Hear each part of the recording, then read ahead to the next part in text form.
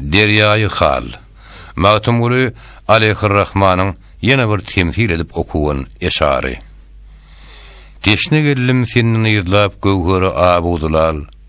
Bir kämil sen hakykat bawda deryaýy hal. Iki alem nagdy aldynda messe dur senin. Zinnelerini başa dur ýoluna bolgan paýmal. Bagty garalar padşahy men ýene küýüme kaddy ham bolgan jefa görgün ödüm manende dal. Ýa-ki tary kuhu arfanyň erur men rehim kıl. Asly umydym şudur magşarda görgüy men jemal. Nowjuwan ömrüm hazan molly muhabbet derdiden yetmedim maksadyma da geýledi wagtda wal.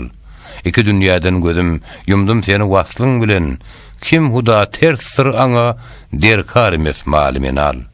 O atyrymga hümmet etkemni getirdim bugün. Çünki derýadan jyda bolly görmesdir nahal.